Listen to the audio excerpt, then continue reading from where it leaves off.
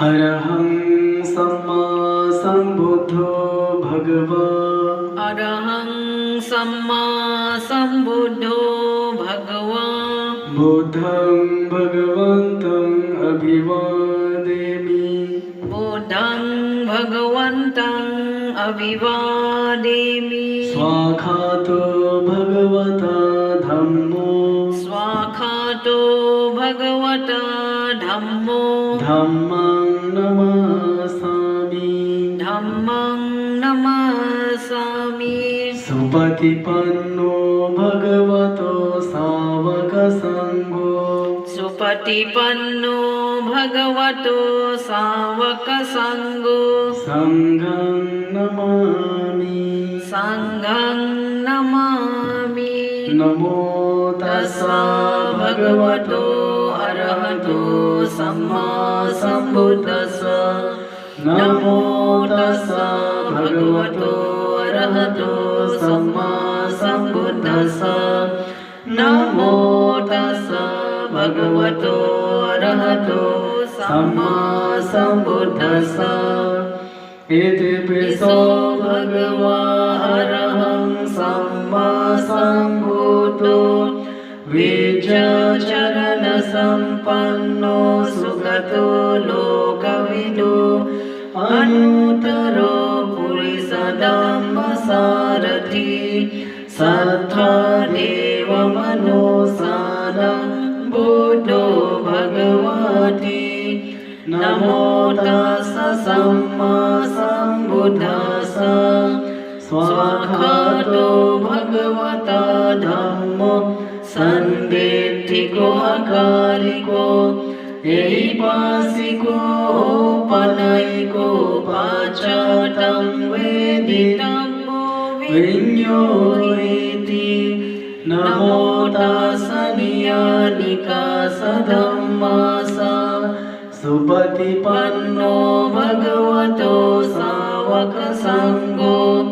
उजुपतिपन्नो भगवतो सावकसङ्घो।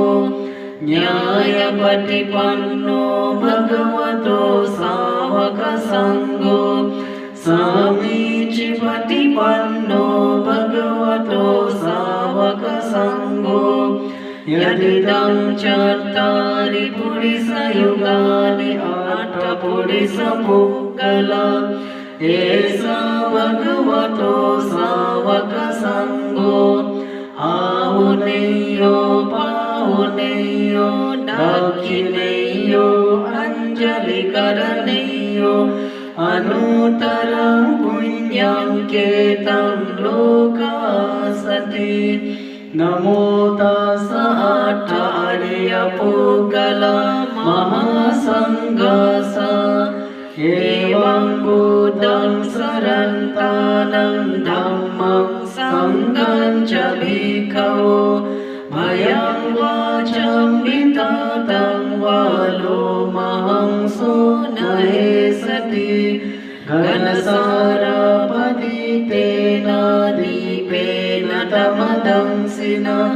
त्रिलोकदीपसम्भूतं पूजयामि तमोनुदं।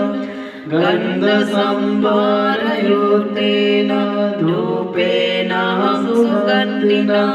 पूजाय पूजनीयन्तं पूजाभाजनमोत्तमम्। वर्णगन्धगुणोपेतं एतं कुसुमसन्ततिं पूजयामि मुनिन्दसश्रीपादसरोरुहे। पूजयामि बुद्धं कुसुमेन नेन पुण्येन मेतेन च होतु मोक्षं। उभं विलायति यथा इदं मे कायो तथा याति विनाशभावम्। निरोधसमापतितो हुतहित्वा निसिन्नसाविय भगवतो अरहतो सम्मा सम्बुद्धस्सा। इमेन दीपेन धूपेन पूजेमि पूजेमि पूजेमि। पूजेमि इमं दीपधूपपूजादिनाम सकलसम्बुधानं पच्चेकबुद्धानं आगसावकानं महासावकानं अरहन्तानं पकतिशीलम् अहं पितेशम् अनुवातको होमि इमानि पुष्पाणि वेन्नेन सुवर्णं गन्धेन सुगन्धं सन्तानेन सुसन्तानं क्षिपमेव दुर्बन्धं दुर्गन्धं दुःसन्तानं पापुनि सति एवमेव सब्बे संखार अनिच्चा सब्बे संखार दुःख सब्बे धम्मा अनात्ताति इमाय धम्मानुधम्मपटिपत्य बुद्धं पूजेमि इमाय धम्मानुधम्मपटिपत्य धम्मं पूजेमि इमाय धम्मानुधम्मपटिपत्य संघं पूजेमि वन्दामि चेतियं सबं सबधानेषु प्रतिष्ठितं शारीरिकधातु महाबोधि बोधरूपं सकलं सदा या समूले निसिन्नो वा सम्बरि विजयम् अगम् पत्तो साबन्योतं सत्था वन्दे तं बोधिपादपम् इमे ते महाबोधिलोकनाथेन पूजितम् अहं पीतेन नमामि बोधिराजनमातुते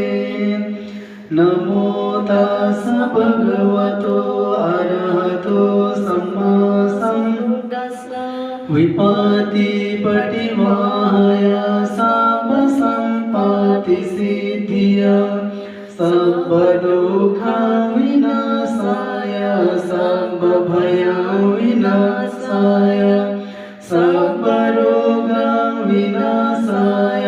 भवेदीर्घायुदायकः सर्वलोकहितार्थाय परितं तं भजामहे समन्ताचक्रवालेषु अत्र गच्छन्तु देवता सद्धम्मं मुनिराजः शृण्वन्तु साकमोखदम् धम्मश्रवणकालो अयं वदन्तः धम्मश्रवणकालो अयं वदन्तः परिता धम्मश्रवणकालो अयं वदन्ताति नमो तस् भगवतो अरहतो सम्मा सम्बुद्धस्स गीमानन्द सुत्ता एवं मे सुतम् एकं समयं भगवान् सावधियां विहरति जेतवने अनाथपिण्डिकस्य आरमे तेन गोपनसमयेन आयस्मा गिरिमानन्दो आवधिको होति दुःखितो बालगिलानो अथको आयस्मा आनन्दो येन भगवतेनुपसङ्कमित्वा भगवन्तम् अभिवादयित्वा एकमन्तं निषीदि एकमन्तं निषिन्नो खो आयस्मा आनन्दो भगवन्तम् एतदवोच आयस्मा भन्ते गिरिमनन्दो आवधिको होति दुःखितो बालगिलानो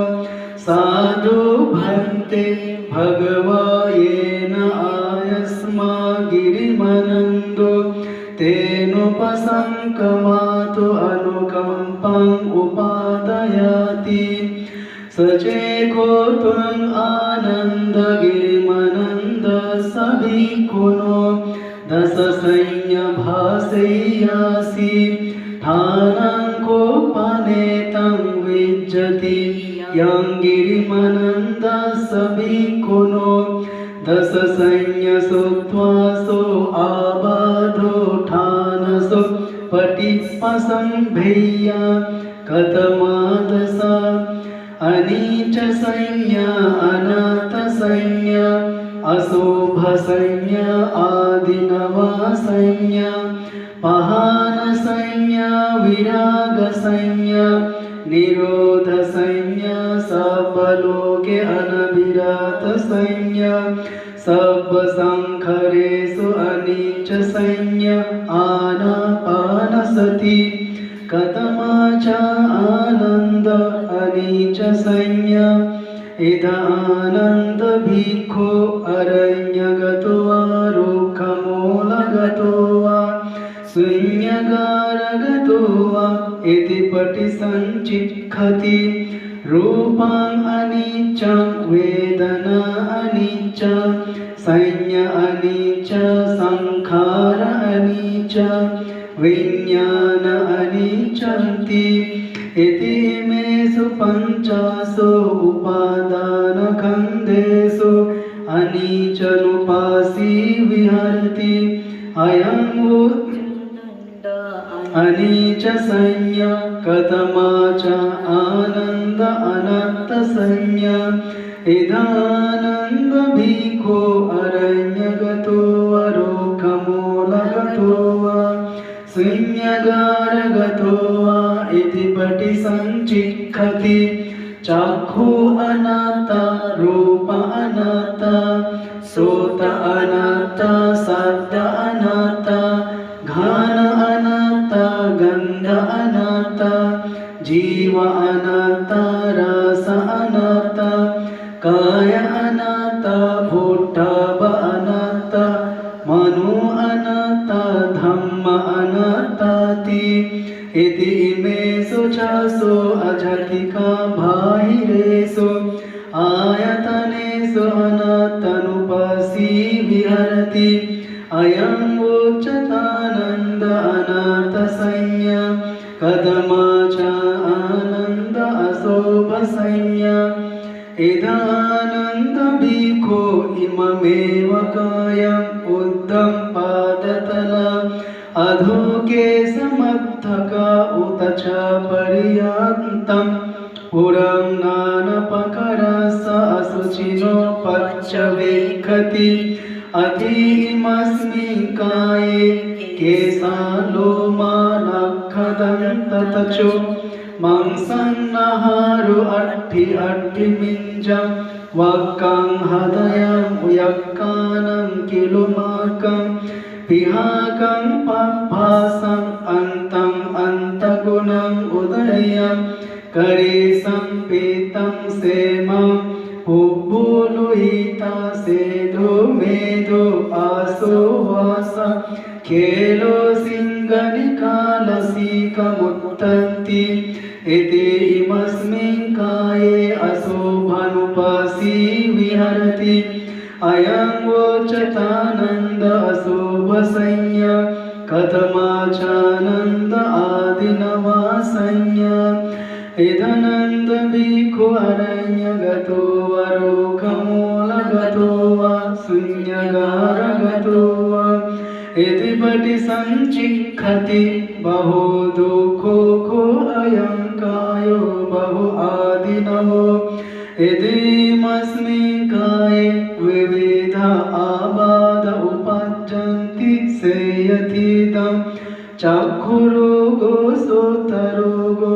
घ्राणरोगो जीवरोगो कायरोगो शीर्षरोगो कर्णरोगो मुखरोगो दन्तरोगो उष्ठरोगो कासो सांसो पिनासो दाहो जार कुक्षिरोगो मुच्छापकन्तिका सोलहु विसोचिका कोट्ठाङ्गण्डो किलासो सोसो अपमानो दग्धो कण्डो कच्छो नखासा विताचिका लोहितं पीतं मधुमेहो अंसपिलकं बगन्धाला पित्तसमुठानम् आबाध सेमसमुठान आबाध वातसमुठान आबाध सन्निपतिका आबाध उतो परिणामज आबाध विषमा परिहारज आबाध उपकामिका आबाध कम्म विपाकज आबाध सीतं उन्नं जिगच्छा पिपासा उचारोपसवोति एतेमस्मिन् काये आदिनवानुपासी विहरति अयं वोचता आनन्द आदिनवासंज्ञ कदमाचानन्दपानसंज्ञ इदनन्दभिको उत्पन्नं कामवितकन्नादिवासिति अजाति विनोदेति व्यक्तिकरोति अनुभवङ्गमेति उपन्नानं व्यापदावितकानं नादिवासिति अजाति विनोदेति व्यक्तिकरोति अनुभवङ्गमेति उपन्नं विहिंसवितकं नादिवसेति पजाति विनुदेति व्यक्तिकरोति अनुभवङ्गमेति उपन्नोपन्ने पापके अकुशले धम्मे नादिवासेति पजाति विनुदेति व्यक्तिकरोति अनुभवङ्गमेति अयं वोचतानन्दपहानसंज्ञा कदमाचानन्दविरागसंज्ञा इदनन्दभिको अरण्यगतो वरोखमूलगतो वा शून्यगारगतो वा यदिपटि सञ्चिक्खति एतं सन्तं एतं पनीतं यदीदं सप्पसंखारसमतो सभोपतिपतिनिस्सगो तन्हाखयो विरागो निब्बदन्ति अयं वोचतानन्दविरागसंज्ञा कथमाचानन्दनिरोधसंज्ञा इदनन्दभिको अरण्यगतो वरोखमूलगतो शून्यगारगतो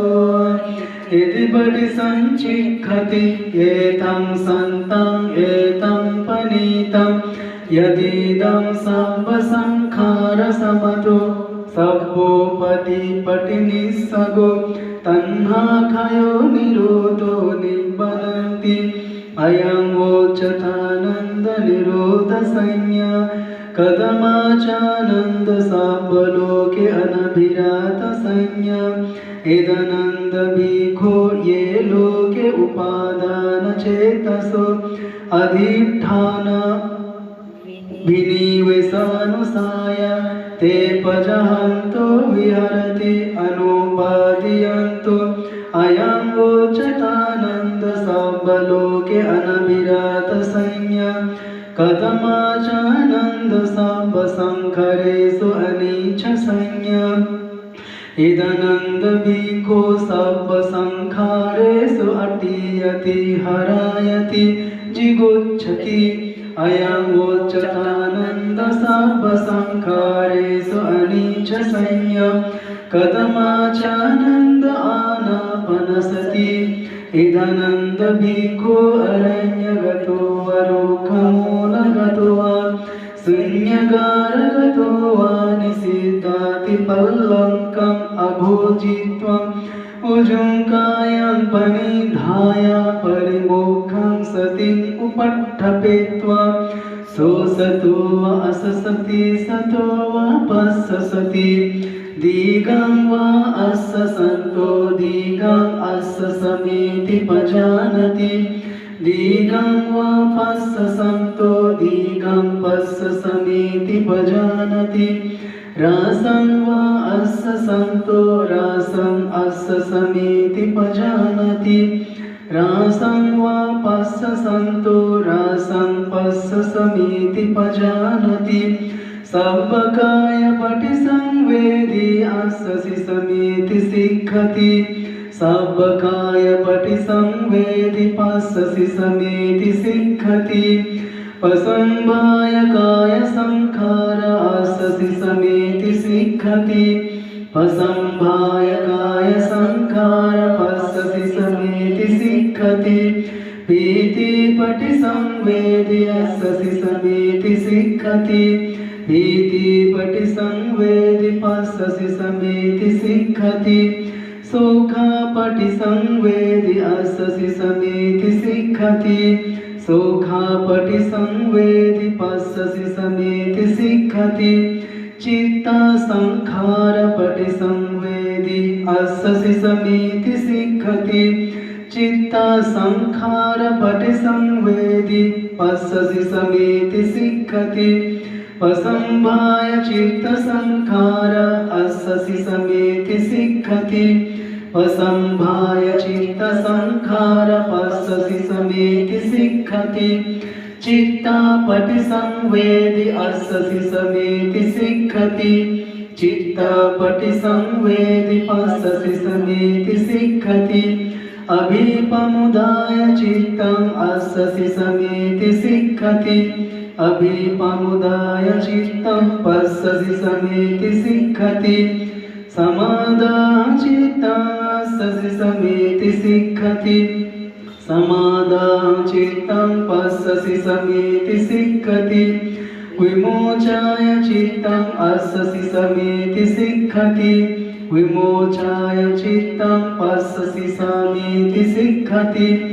अनिच्चानुपस्सि अससि समेति सिक्खति अनिच्चानुपस्सि पश्यसि समेति सिक्खति विरागानुपस्सि अससि समेति सिक्खति विरागानुपस्सि पश्यसि समेति सिक्खति निरोधानुपस्सि अससि समेति सिक्खति निरोधानुपस्सि पश्यसि समेति सिक्खति पटिनिस्सागानुपस्सि अससि समेति सिक्खति पटिनिस्सागानुपस्सि पश्यसि समेति सिक्खति अयं उच्चतानन्द आनापानसति सचेखो त्वम् आनन्दगिरिमनन्द सभिक्खुनो इमादश सैन्यभासेयासि ठानाङ्कुपनेतं विज्जति याङ्गिरिमनन्द सभिक्खुनो इमादश सैन्यसुत्वा सो आबादो ठाना सुपटिपसंभेयति अधको आयस्मा आनन्दो भगवतो सन्तिके इमादश सैन्य उग्गहेत्वा येन यस्मा गिरिमनन्दो तेनुपसङ्कमि उपसङ्कमित्वा आयस्मतो गिरिमनन्दस इमदश सैन्य अभासि अथको आयस्मतो गिरिमनन्दस दश सैन्य सुत्वा सो आबादो ठानसो पटिपसंभि उट्ठाय चायस्म गिरिमनन्दो तम्म आबाद तथा पैनु चापन आयस्मतो गिरिमनन्दस सो आबदो अहोसीति एतेन सचवाजेन सोति मे होतु संपदा एतेन सचवाजेन संपदोखा संपभय संपरोगविनाशतो एतेन सचवाजेन होतु मे जयमङ्गलम् एतेन सचवाजेन पातु मे रत्नाथयम् सबेतियो विभाजन्तो साबरोगो विनाशतो मामे भवत्वन्तरायो सुखी दीर्घयुगो भव भवतु सापमङ्गलं रक्षन्तु सापदेवता सर्वभूतानुभावेन सदा सोऽधि भवन्तु मे भवतु सापमङ्गलं